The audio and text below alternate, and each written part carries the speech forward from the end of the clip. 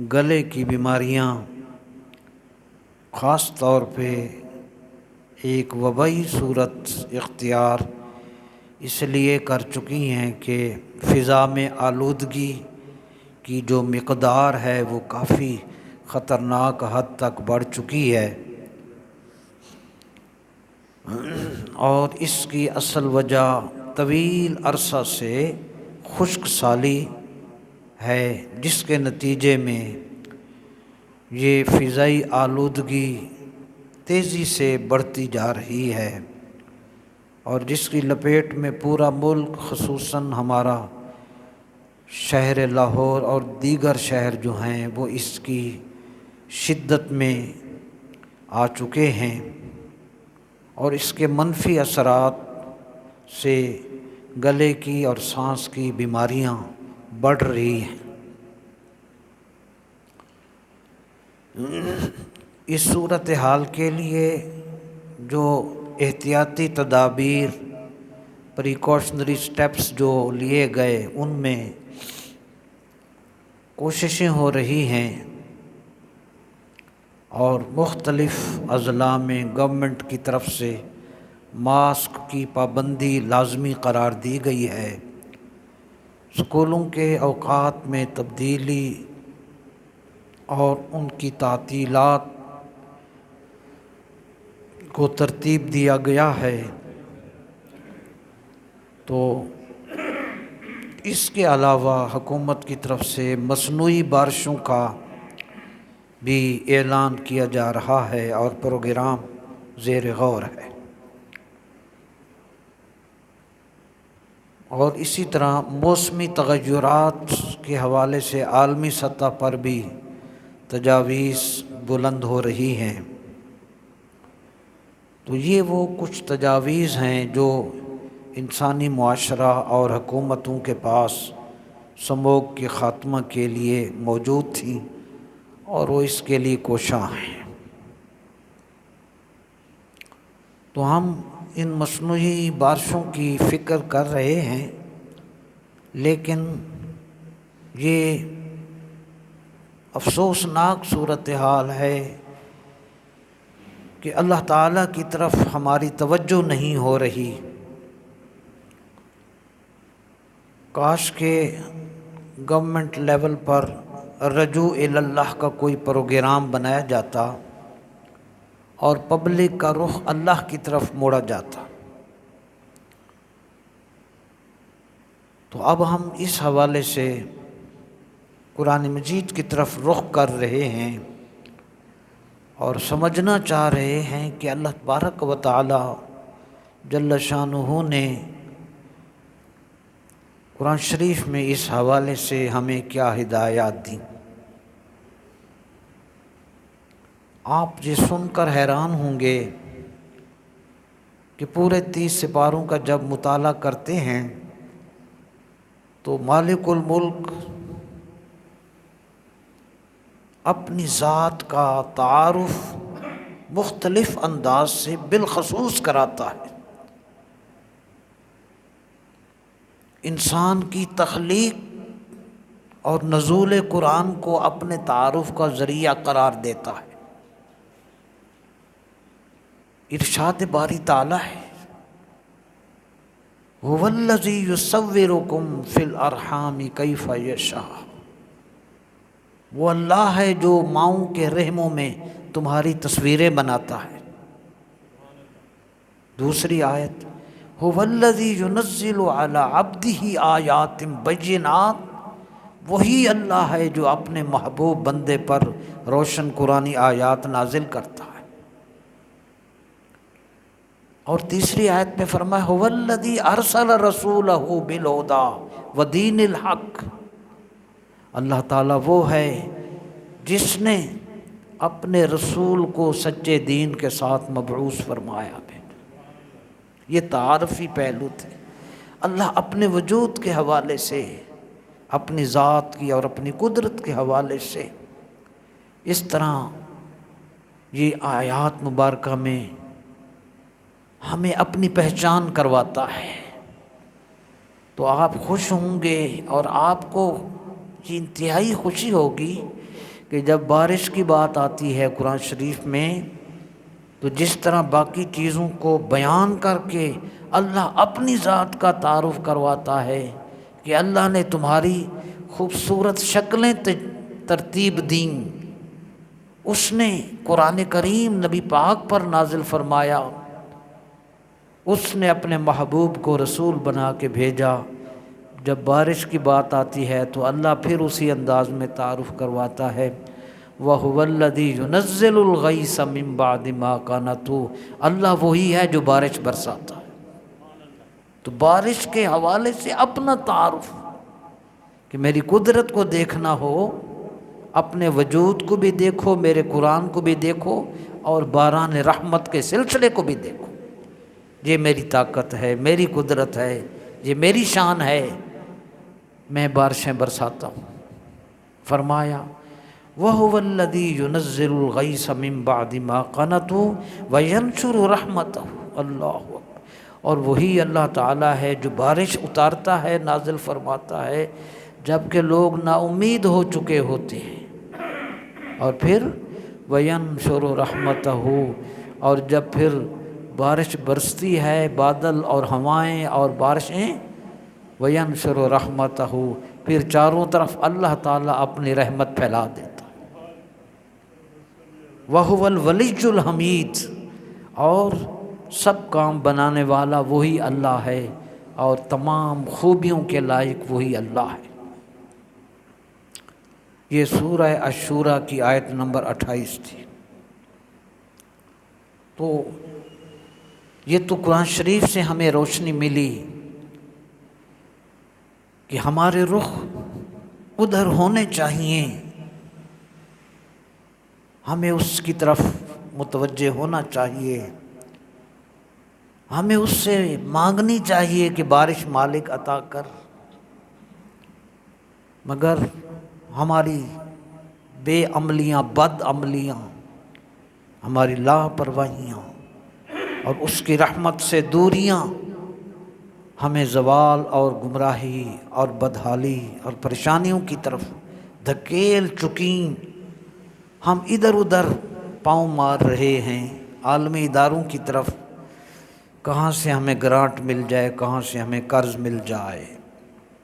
آئیے تا قیامت نبی کریم علیہ السلام نے انسانی معاشرہ کے زوال کے 5 سبب بتائے۔ یہ خاص چیز ہے، کاش کہ میرے دل میں ہمیشہ یہ چیز محفوظ رہے اور میں ان آیات کی روشنی میں زندہ رہ سکوں۔ قرآن شریف میں سورہ المطففین 30ویں سپارہ میں آپ نے پڑھی ہوگی، رب العلا نے وہاں فرمایا وَيْلٌ لِّلْمُطَفِّفِينَ، کم تولنے والوں کے لیے ہلاکت ہے۔ اس کی ضیاء القرآن میں اسی مقدس سورت کی تشریح میں یہ حدیث پاک موجود ہے، جس میں تا قیامت نبی کائنات، رسول رحمت، نبی محتشم نے قیامت تک کے لیے انسانی معاشرہ کے زوال کے 5 سبب بتا دیے۔ یہ 5 کازز ہیں، ریزنز ہیں، عوامل ہیں، عناصر ہیں، وجوہات ہیں، اسباب ہیں، جن کی وجہ سے انسانی معاشرہ تباہی اور زوال کی طرف تیزی سے جاتا ہے۔ چونکہ ساری کائنات کے لیے حضور ہدایت اور رحمت ہیں، تو ہر دور کے ہر انسان کے لیے اللہ کے حبیب نے یہ اسباب بتائے۔ اب ہمیں اس پولوشن اور سموگ کی وجہ سمجھ آتی ہے، اس وجہ سے گلے خراب ہیں۔ میرے آقا کریم علیہ السلام نے فرمایا قومیں نیچے زوال کی طرف کس وجہ سے جاتی ہیں؟ تو مختصر یہ میں 5 ابھی عرض کر رہا ہوں تاکہ میں اس سبق کو ذہن میں رکھوں، میں ان چیزوں کو ذہن میں رکھوں اور زندگی گزار سکوں۔ تو دراصل وہ ہمارے برے اعمال ہیں، ہماری بد کرداریاں ہیں، تربیت نہ ہونے کی وجہ سے آج ہم زوال پذیر ہوتے جا رہے ہیں اور باہر نکلنے کی کوشش نہیں کر پا رہے، اسی مصیبت میں پھر واپس جاتے ہیں جس کی وجہ سے ہم غرق ہو رہے ہیں۔ جس پریشانی نے، جس بربادیوں نے، برے کاموں نے ہم کو کہیں کا نہیں چھوڑا، ہم پھر اسی لائن میں لگے ہوئے ہیں۔ آئیے اللہ کے حبیب کا یہ فرمان سنیں۔ وہ قرآنی آیات 3-4 میں نے پڑھی، اب پیارے محبوب کا ارشاد عرض کر رہے ہیں۔ اللہ میرے آقا علیہ درود شریف، اللہم صلی علی سیدنا و مولانا محمد وآلہ واصحابہ وبارک وسلم وصلی علیہ۔ جی، انسانی معاشرہ کیوں زوال پذیر ہوتا ہے؟ نبی علیہ السلام نے ارشاد فرمایا، خمسن بخمسن، کیا جامع جملے! یہ جملے اس انداز سے نبی کریم ہی بتا سکتے ہیں جن کی گارنٹیاں مالک نے دیں۔ خمسن بخمسن، حضور نے ارشاد فرمایا 5 چیزوں پر 5 سزائیں ملتی ہیں۔ بچہ کلاس نہ جائے تو اس کا نام اسٹرک آف ہو جاتا ہے، کیونکہ آیا نہیں ہے۔ میں ایک چھوٹی سی مثال سے سمجھاتی ہوں، بتایا ہی نہیں، نام کاٹ دیا، وجہ سامنے ہے۔ تو حضور نے ارشاد فرمایا 5 چیزوں پر 5 سزائیں ملتی ہیں۔ اب وہ نمبر میں 5 بتا رہا ہوں آپ کو۔ نمبر 1، فرمایا جو قوم وعدہ خلافی، عہد شکنی کرتی ہے، وعدے کی تو کوئی مسئلہ ہی نہیں ہے، میں انہوں کہہ رہا کوئی لکھ کے دیتا سی، بہت میں تو گل ہی کیتی سی وہ دے نال، کوئی پرواہ نہیں ہے۔ وعدہ شکنی، ہم گورنمنٹ کا پیپر سائن کرتے ہیں، جب جوائننگ دیتے ہیں تو اپوائنٹمنٹ پر لیٹر پر لکھا ہوتا ہے کہ آپ نے یہ کام کرنا ہے، بس وہ لکھا ہوا ہوتا ہے نا۔ وعدہ شکنی، حضور نے ارشاد فرمایا جو قوم عہد شکنی، وعدہ خلافی کرتی ہے، سلط اللہ علیہم عدوہم، اللہ تعالیٰ اس کے دشمن کو اس پر مسلط کر دیتا ہے، وہ اسے کچل کے رکھ دیتا ہے، اس کا دشمن اس پر مسلط کر دیتا ہے۔ ایک دوسرا سبب، جو بھی قوم اللہ کے احکام کے خلاف فیصلہ کرتی ہے، چاہے اسمبلی میں ہو، دفتروں میں ہو، عدالتوں میں ہو، کسی بھی جگہ جو قوم اللہ کے حکم کے خلاف فیصلہ کرتی ہے، فشا علیہم الفقر، اللہ تعالیٰ ان کو تنگ دستی میں مبتلا کر دیتا ہے، ان پر غربت اور تنگ دستی مسلط کر دی جاتی ہے، ان کو خوشحالی نہیں ملے گی، بڑا پیسہ آئے گا، نہ ذہن، نہ دل، نہ چہرے پہ خوشیاں، ان پر خوشحالی کبھی نہیں آ سکتی جو اللہ کے احکام کے خلاف فیصلے کرے گی۔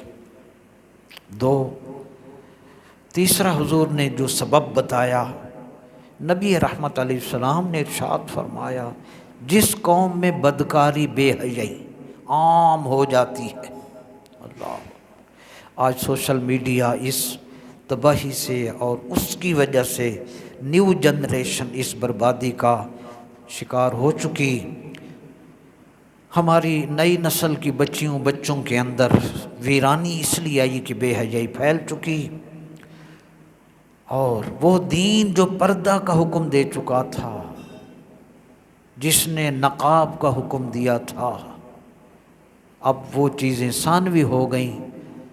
اب ہم کیا تفصیل میں جائیں، جب تک مکمل عریانی، بے حیائی اور فحاشی نہ ہو اس وقت تک ہمیں تیل مہندی اور شادی بیاہ کا کھانا ہضم نہیں ہوتا۔ لاکھوں روپے مووی میکرز اس لیے لے جاتے ہیں کہ انہوں نے ہر چیز کے شوٹس جو ہیں وہ چیزیں دکھانی ہوتی ہیں، اللہ معاف کرے۔ تو نبی علیہ السلام نے ارشاد فرمایا جس قوم میں بدکاری بے حیائی عام ہو جاتی ہے ظہر فیہم الطاعون، اس قوم کے اندر طاعون اور وبائی بیماریاں پھیل جاتی ہیں۔ کرونا کیا تھا؟ کبھی نہیں سنا تھا۔ ڈینگی کیا ہوتا ہے؟ کبھی نہیں سنا تھا۔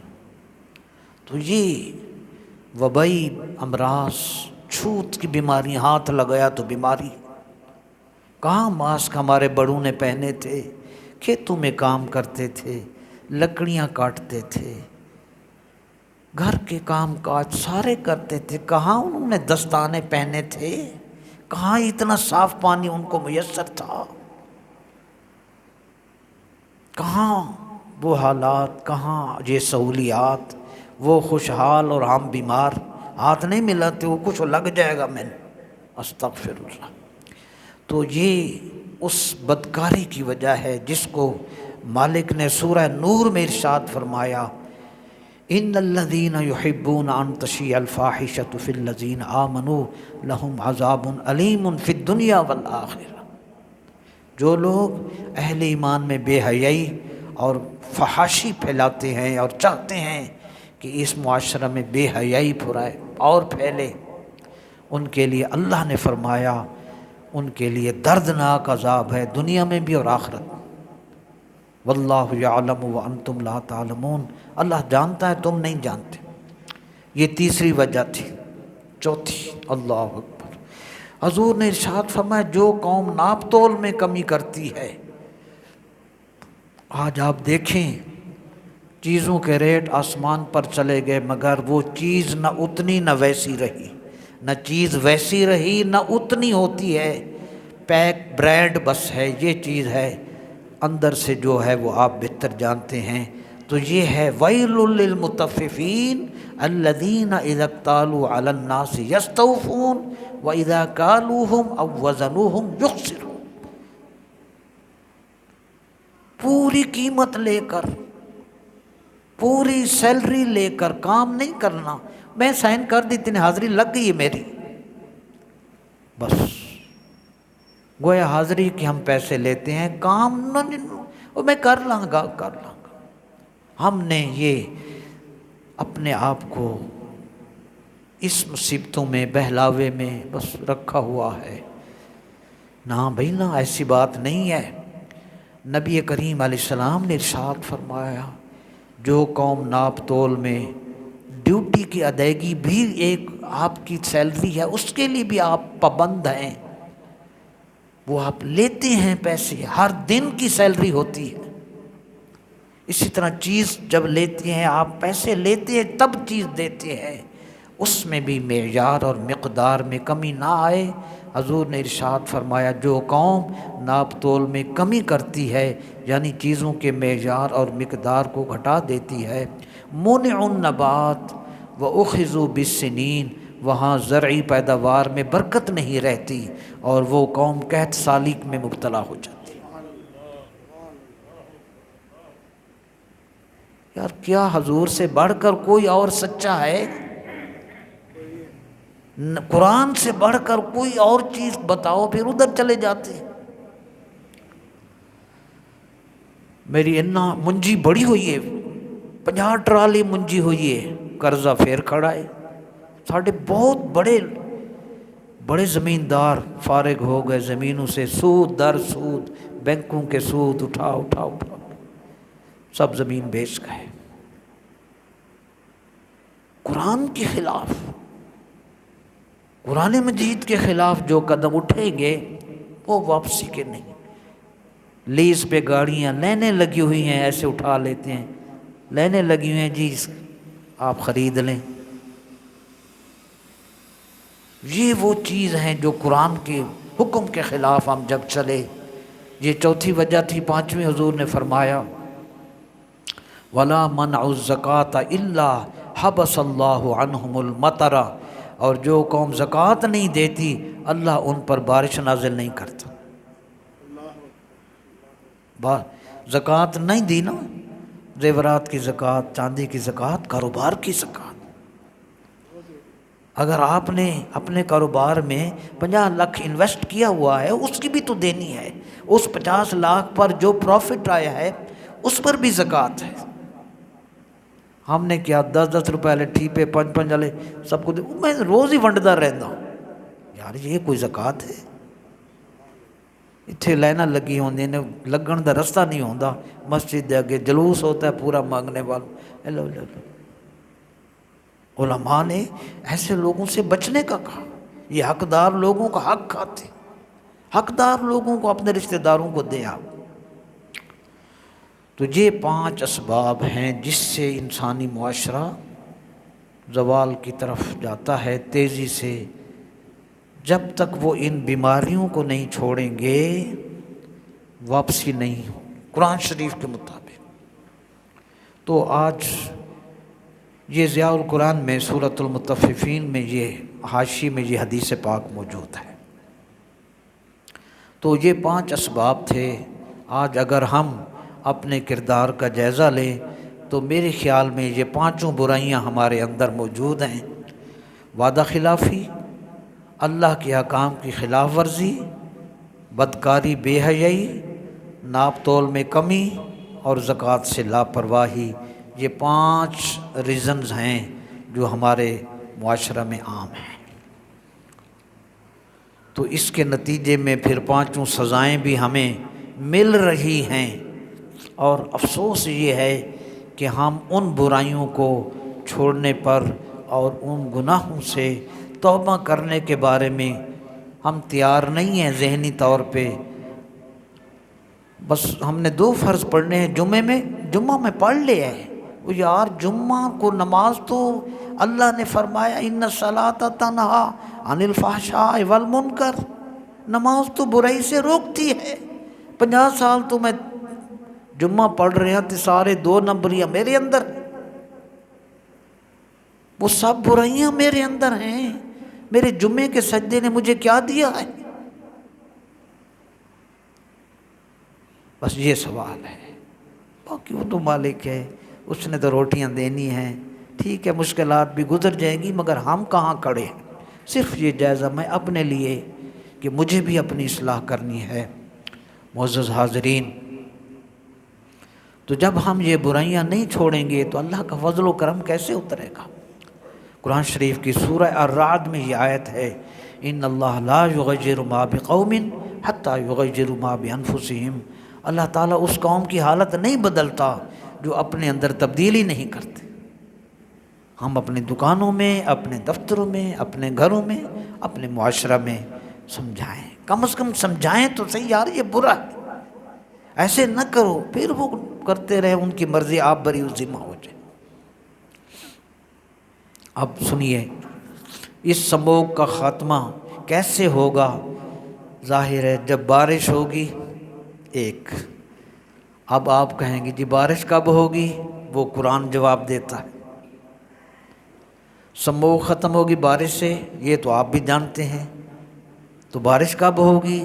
مجھے نہیں تھا پتہ، قرآن کل ایک ہمارے نابینا پروفیسر وسیم قریش صاحب، اللہ ان کو خوشیاں اور ان کو برکتوں سے نوازے، انہوں نے مجھے فون کر کے جوہر ٹاؤن سے انہوں نے کہا جی کل آپ اس موضوع پر گفتگو کریں۔ یہ درد، یہ تڑپ، میں نے کہا بالکل ایسی ہی ہے۔ وہ میں نے ان کے کہنے پر یہ 4-5 صفحے سارے مضمون لکھا۔ اب سموگ کا خاتمہ کیسے ہوگا؟ جب بارش ہوگی۔ بارش کب ہوگی آپ کو بھی نہیں پتہ، مجھے بھی نہیں تھا پتہ، انہوں نے مجھے وہ آیت بتائی، میں نے پڑھی بھی ہے، آپ نے سنی نہیں ہے، یہ میں آیت لکھ کر لایا ہوں۔ یہ 29واں سپارہ سورہ نوح کی آیت نمبر 10 اور آیت نمبر 11 ہے۔ اگر ہمت ہو تو گھر جا کے قرآن کھول کر سورہ نوح سپارہ نمبر 29 آیت نمبر 10 اور 11 میں ویسے پڑھ کے سنا دیتا ہوں، مجھے پتہ ہے نا کہ جمعے کے بعد ہمارا حال کیا ہوتا ہے۔ اللہ نے فرمایا نوح علیہ السلام کے حوالے سے، فَقُلْتُ اسْتَغْفِرُوا رَبَّكُمْ، معافی مانگ لو اپنے رب سے گناہوں کی۔ معافی، وہ تو بس ایسے ہی دیکھنا چاہتا ہے، کچھ بھی نہیں، وہ ایسے معاف کر، وہ ایسے ہی دیکھنا چاہتا ہے۔ جب فرما جو رہا ہے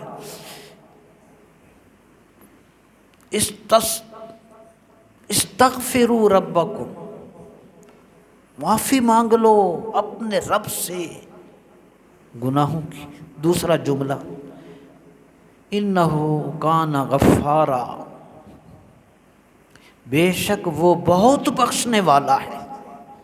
کیا بات ہے، اپنا ٹائٹل بھی بتا رہا ہے، حکم بھی دے رہا ہے، تو کیا خیال ہے اگر نہ بخشنا ہوتا تو حکم کیوں دیتا؟ ہم پڑھتے ہیں نماز میں ربنا اغفر لی ولوالدی، تو جب بخشنا نہیں تھا تو ہمیں حکم کیوں دیا؟ دیکھیں نا، کہتے ہیں ربنا اغفر لی ولوالدی وللمؤمنین، یہ میری آیت تو نہیں ہے، سورہ ابراہیم کی آیت ہے 14ویں سپارہ میں، اے ہمارے رب مجھے بھی بخش دے، میرے والدین کو بھی بخش دے۔ تو اگر بخشنا نہیں تھا تو ہمیں حکم کیوں دیا؟ وہ بخشنا چاہتا ہے۔ دیکھیں نا، اپنے رب سے گناہوں کی بخشش طلب کر لو، معافی مانگ لو، انہ کان غفارا، وہ بہت بخشنے والا ہے۔ مالک جب ہم یوں کر لیں گے تو ہمیں کیا ملے گا؟ تو اصل چیز گناہوں کو چھوڑنا ہے، سچی توبہ ہے، معافی مانگنا ہے، ندامت ہے، اور گناہوں کی معافی چاہنا ہے، یہ اصل چیز۔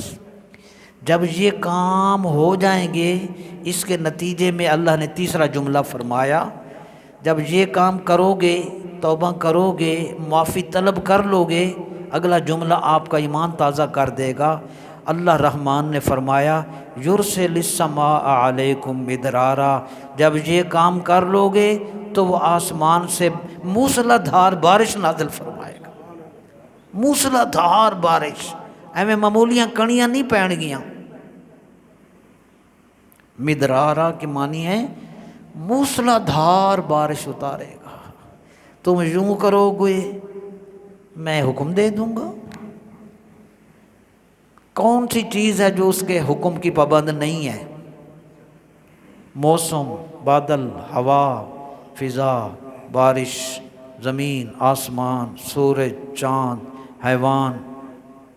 ایمان سے بتائیں، سورہ بنی اسرائیل کو ہم جب پڑھتے ہیں نا تو اللہ پاک فرماتا ہے وَإِن مِّن شَيْءٍ إِلَّا يُسَبِّحُ بِحَمْدِهِ، یہ ساری کائنات کا ذرہ مفہوم یہ ہے میرے حکم کا پابند بھی ہے اور میری تسبیح میں بھی مصروف ہے۔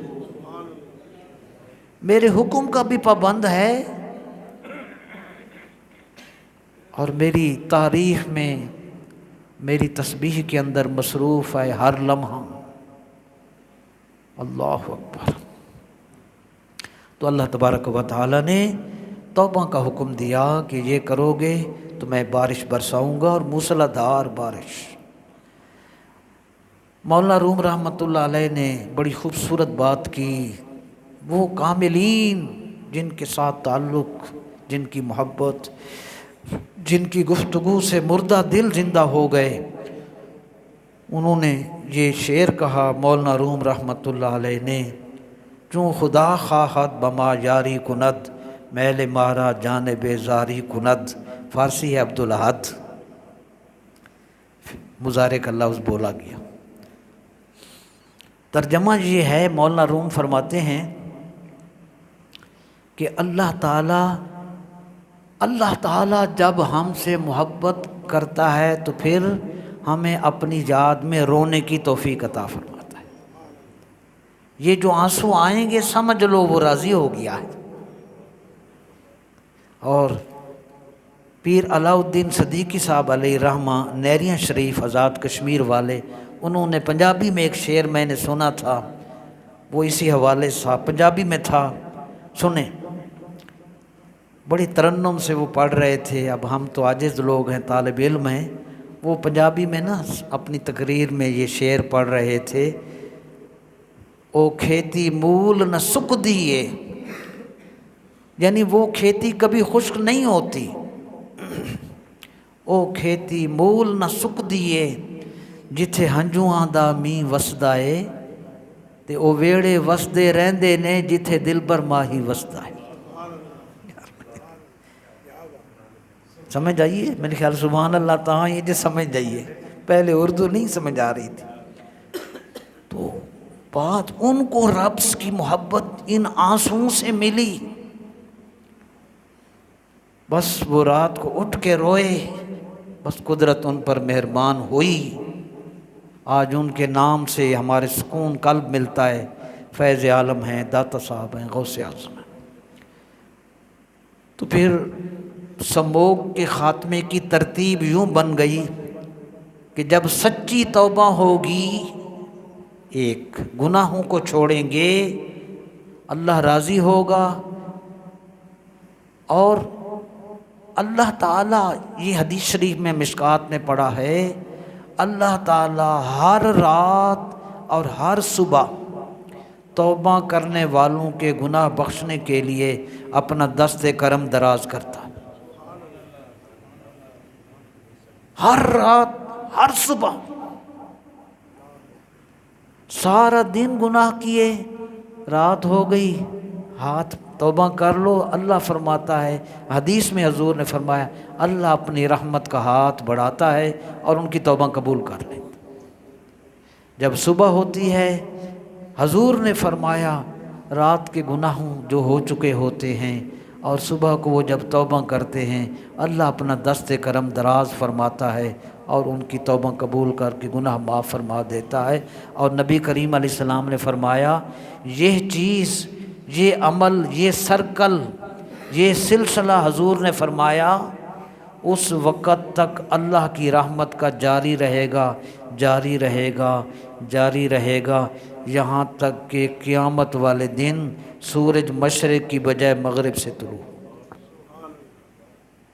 تو اتنا کریم ہے، وہ تو بارش ہمیں عطا کرنا چاہتا ہے، ہمارے سموگ کا خاتمہ کرنا چاہتا ہے، ہم عالمی اداروں کے پاس جا رہے ہیں، اللہ اکبر، ہم عالمی طاقتوں کی ہر شرط ماننے کو تیار ہیں اور ان کے آگے بار بار ہاتھ پھیلانے میں کوئی شرم محسوس نہیں کرتے، اور ساری کائنات کے مالک کے آگے سچے دل سے مانگنے اور اس کے آگے جھکنے سے ہم انکار کر رہے ہیں، پیچھے ہٹ رہے ہیں۔ اب دعا کی طاقت، میرے آقا علیہ الصلوۃ والسلام نے ارشاد فرمایا، من فتح لہ منکم باب الدعا، یہ کہتے ہیں بس دعا ہی کر کیتی ہے، اور تو کچھ نہیں کیتا۔ ہمیں آج تک دعا کی طاقت کا اندازہ نہیں ہو رہا، ہم اس کی اہمیت سے آج تک سستی کر رہے ہیں۔ نماز، سجدہ، دعا کو کی اہمیت نہیں نا، اس لیے ابھی تک 15-20 آدمی بیٹھے ہیں، باقی 2 فرض کے ٹائم آئیں گے۔ دین کوئی سمجھنے کی جو اصل دولت ہے ادھر ہمارا خیال نہیں جاتا، اور ہمارے باقی ادارے ماشاءاللہ فل کراؤڈڈ ہوں گے، مسجدوں میں چند لوگ آتے ہیں۔ نبی رحمت علیہ السلام نے ارشاد فرمایا، من فتح لہ منکم باب الدعا فتحت لہ ابواب الرحمہ، جس خوش قسمت کے لیے دعا کا دروازہ کھول دیا گیا، اللہ تعالیٰ نے اس کے لیے رحمت کے سارے دروازے کھول دیے، رحمت کے سارے دروازے اللہ کھول دیتا ہے، جس کو یوں توفیق ہو گئی۔ تو آئیے سموگ کے خاتمے کے لیے آج ہی، اگلا جمعہ نہیں، آج ہی، اب چونکہ 10-15 بیٹھے ہیں، وہ جب آئیں گے تو اس وقت بات ہی ختم ہو چکی ہوگی۔ بہرحال میرا فرض ادا کر رہا ہوں، نماز جمعہ کے بعد اجتماعی دعا میں تو ہم دعا کریں گے، وہ ہر جمعے کرتے ہیں۔ مول صاحب دعا کرنا بارش دی، انہوں نے مانگ لیا، آپ نے آمین کہ گئے نہیں، وہ بھی ٹھیک ہے، اس سے اگلا کام ہے، اور یہ بڑی کمیٹی ہے، یہ بڑی کمیٹی ہے۔ اگر وہ 10 لاکھ کی ہے تو یہ 10 کروڑ کی ہے، 10 ارب کی ہے، جو میں بتا رہا ہوں۔ معزز برادران، نماز جمعہ پڑھ لیں، دعا ہو گئی، پھر سنتیں پڑھ لیں، نوافل پڑھ لیں، اس کے بعد صرف بارش کے لیے سب کے سب کو کہہ دیں، جو ابھی نہیں ہے ان کو بھی اگر بتا دیں تو آپ کی مہربانی۔ تمام نوافل، تمام سنتیں ادا کر لیں، پھر 2 نفل پڑھیں، درود شریف پڑھ لیں، 2 دفعہ 3 دفعہ درود شریف پڑھ لیں، بے شک ہمارے سلام میں نہ شامل ہوں۔ 2 نفل پڑھیں بارش کے لیے، اس سموگ کے خاتمہ کے لیے، اور 25 کروڑ پاکستانیوں کے لیے اور حضور کی ساری امت کے لیے دعا مانگنی ہے۔ ہم مانگتے ہیں، ہمیں ملتا ہے، اس لیے درد سے آواز ہے، آپ بھی شامل ہو جاؤ، آپ بھی اس کمیٹی کو لے لو یار، اللہ بانٹ رہا ہے، ٹھیک ہے جی۔ پوری امت کی بھلائی کے لیے دعا مانگیں، اور بارش کی دعا خود مانگیں۔ وہ ہم نے دعا مانگنی ہوتی ہے کہ ہم میں وہ تڑپ نہیں ہوتی۔ ممکن ہے آپ کے دل میں کوئی ایسی تڑپ والا جملہ نکلے، اللہ کی رحمت چھم چھم برسے۔ مولانا روم کا شعر ہے، تا نہ گریت طفل کہ جوشد لبن، اللہ اکبر، اور تا نہ گریت ابر کہ خندد چمن، جب تک بچہ نہ روئے ماں کا دودھ جوش میں نہیں آتا، اور جب تک چھم چھم نہ برسے چمن مسکراتا نہیں ہے۔ وہ جب آپ مالک سے تڑپ سے نہیں مانگیں گے، گناہ بھی لائیں، مالک ہم اس لائق نہیں ہیں کہ تو ہم پر بارش برسائے، ہم نے گناہوں کے لمبے کاٹے، بہن کا حق ہم نہیں دیتے، شادی بیاہ میں بے حیائی کے، فضول خرچی کے ہم ریکارڈ قائم کر دیتے ہیں، نمازیں ایک بھی پوری نہیں ہیں، ماں باپ ہم سے ناراض، رشتہ دار ہم سے ناراض، ہم اس لائق نہیں ہیں کہ تو بارش برسائے، مگر معافی چاہتے ہیں۔ مالک تیری شان بڑی وسیع ہے، تو معافی کا حکم دے رہا ہے، ہم اپنے گناہوں کی معافی چاہتے ہیں، اپنے حبیب کا صدقہ بارش عطا فرما۔ معزز برادران، بس یہ 2 نفل پڑھ کے یہ دعا کرنی ہے آج۔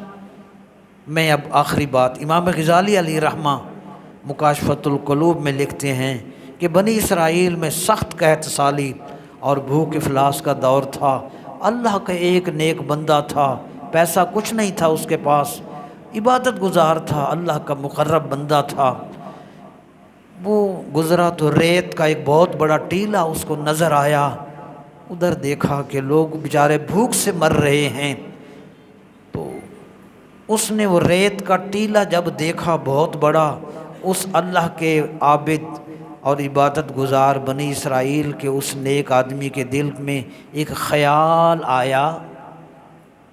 اللہ خیال کو دیکھتا ہے، میں نے حدیث میں پڑھا، ان اللہ لا ينظر الى صورکم واعمالکم، اللہ تمہاری صورتیں نہیں دیکھتا کہ کیرا سونا پاؤڈر چٹا لا کے آیا ہے، اللہ تمہاری صورتیں نہیں دیکھتا،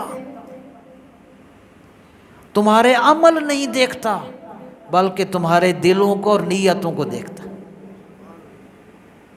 تو اس بنی اسرائیل کے عابد نے اس ریت کا ٹیلہ دیکھا، اس کے دل میں ارادہ ہوا، خیال آیا، کاش یہ ریت کا ٹیلہ آٹے کا ہوتا اور یہ اس وقت جتنے لوگ بھوکے ہیں میں ان کو کھانا کھلاتا۔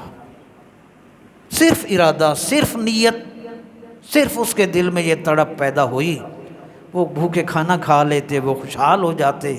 اللہ کو اس نیک بندے کی یہ سچی تڑپ، یہ طلب یہ نیت جو اس کے دل سے اٹھی تھی اس کو اتنی پسند آئی اللہ کو، اللہ تعالیٰ نے فی الفور اس زمانہ کے نبی کی طرف وہی بھیجی، اے میرے پیغمبر میرے اس بندے کے پاس چلا جا اور اس کو کہہ دے کہ تجھے اس ٹیلے کے برابر بنی اسرائیل کو آٹا کھلانے سے جتنا ثواب ملنا تھا ہم نے فقط تمہاری نیت کی برکت سے وہ ثواب عطا کر دیا۔ تم نے نیت کی ہے نا، جتنا تمہیں ثواب اس اتنا خیرات کرنے پر ملنا تھا ہم نے تیری نیت کی بنا پر تمہیں اتنا عطا کر دیا ہے۔ تو جب ان کو نیت کی وجہ سے اتنا کچھ مل رہا ہے تو جب آپ حضور کی امت کے لیے دعا کریں گے تو آپ کو بھی عطا ہو جائے گا۔ اللہ پاک ہم سب کی حاضری قبول فرمائے۔ وآخر دعوانا الحمدللہ۔